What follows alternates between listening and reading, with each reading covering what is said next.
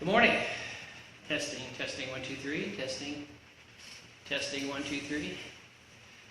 All right, good morning. This is Dr. Rutledge. Hi. Just a brief video this morning. I had questions from a couple of surgeons and a couple of friends who wanted to ask some questions about revision of the sleeve. Okay. First, I'll tell you that it is a patient from the Middle East, and the patient had a sleeve. The sleeve failed. The patient now has significant reflux, and the patient went to see a surgeon, and I have the letter that the surgeon wrote to the insurance company requesting coverage. And the patient did have some acid reflux demonstrated on endoscopy with esophagitis, and so the surgeon recommended a hiatal hernia repair and conversion to MGB. And so I'd like to comment on that a little bit. I also have a friend of mine who's preparing to do an MGB conversion of a failed sleeve, and he asked for some questions to be answered, which I'll talk about.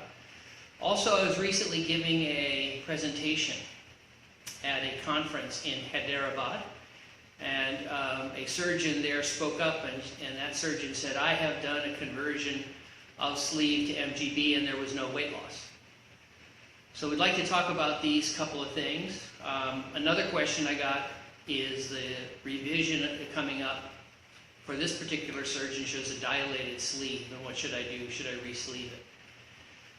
So let's talk about an initial introduction. I'm not going to say much about the MGB. It's simple and safe, and it's great for rescue operations in many cases. But revisions of failed other forms of operations are much more dangerous and deadly than revision of MGB by itself.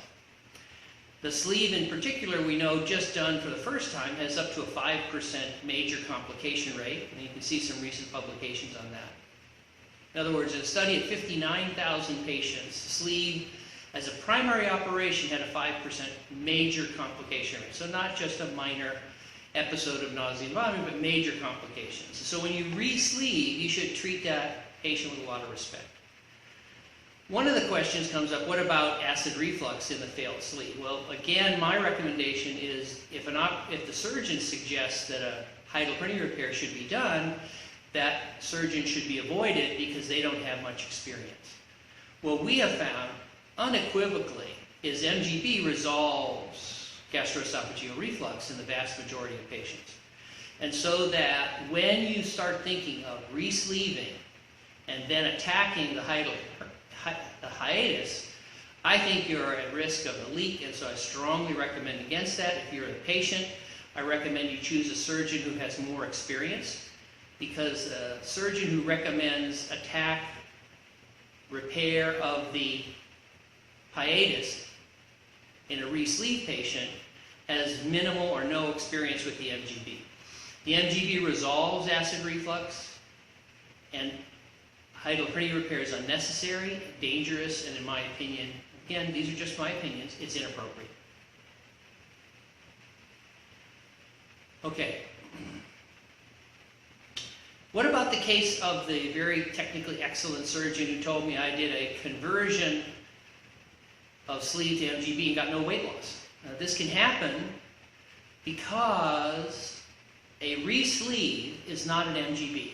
A sleeve that goes to MGB, a conversion of sleeve to MGB is not an MGB. What we see is lap bands, vertical banded gastroplasties, balloons, diets, all of these approaches, including the sleeve, fail over time. Okay, let me say this again. Restrictive operations, sleeve, band, vertical banded gastroplasty, gastric balloons, all fail over time. Not 100%, but extremely high failure rates, depending on how good the follow-up is. Bad follow-up makes good results. But with good follow-up, we can see sleeves have an extremely high failure rate, just like lap bands. And if we think of the lap band, their obstruction, the restriction of the band doesn't change. Yet, the patient regains their weight in many, if not all cases. So let me say that again. You operate on the patient, you perform a restrictive, obstructive procedure, a lap band, a vertical banded gastroplasty, a sleeve, and then the patient gains their weight back. The obstruction The stricture that you have created hasn't changed in many cases. Yet they gain their weight back. How can this happen? And if we don't understand that, then I think many of the revisions will fail. So let's think about this. How can you fail if the restriction, say for a lap band or a vertical band in gastroplasty, has not changed? Well, two things happen.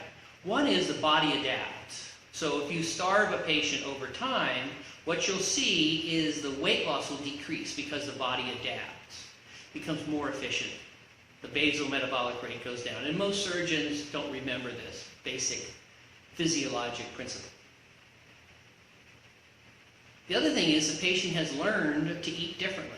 They've learned to eat liquid calories in most cases. So what we have when we have a failed sleeve or a failed band presenting for conversion to MGB is a patient who's different. They're not the same